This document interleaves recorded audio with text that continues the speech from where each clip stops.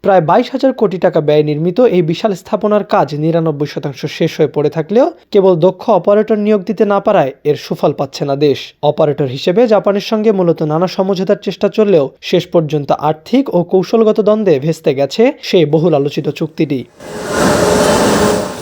মূলত রাজস্ব ভাগাভাগি বা রেভিনিউ শেয়ারিং মডেল নিয়ে দুপক্ষের বিপরীতমুখী অবস্থানই এই অচল অবস্থার প্রধান কারণ হয়ে দাঁড়িয়েছে। সুমিতার্মো কর্পোরেশনের নেতৃত্বাধীন জাপানি কনসোর্টিয়াম আন্তর্জাতিক মানদণ্ড অনুযায়ী মোট আয়ের একটি নির্দিষ্ট অংশ দাবি করে আসছিল। অন্যদিকে বেবিচক শুরু থেকে ভারতের আদলে কেবল সার্ভিস ফি প্রদানের মডেলে অনড় ছিল। বাংলাদেশের পক্ষ থেকে প্যাসেঞ্জার সার্ভিস ফি এবং কমার্শিয়াল প্রফিটের মতো আয়ের প্রধান উৎসগুলো নিজেদের নিয়ন্ত্রণে রাখার প্রস্তাব দেওয়া হয়, যা জাপানি প্রতিষ্ঠানের ব্যবসায়িক শর্তের সঙ্গে সরাসরি সাংঘর্ষিক।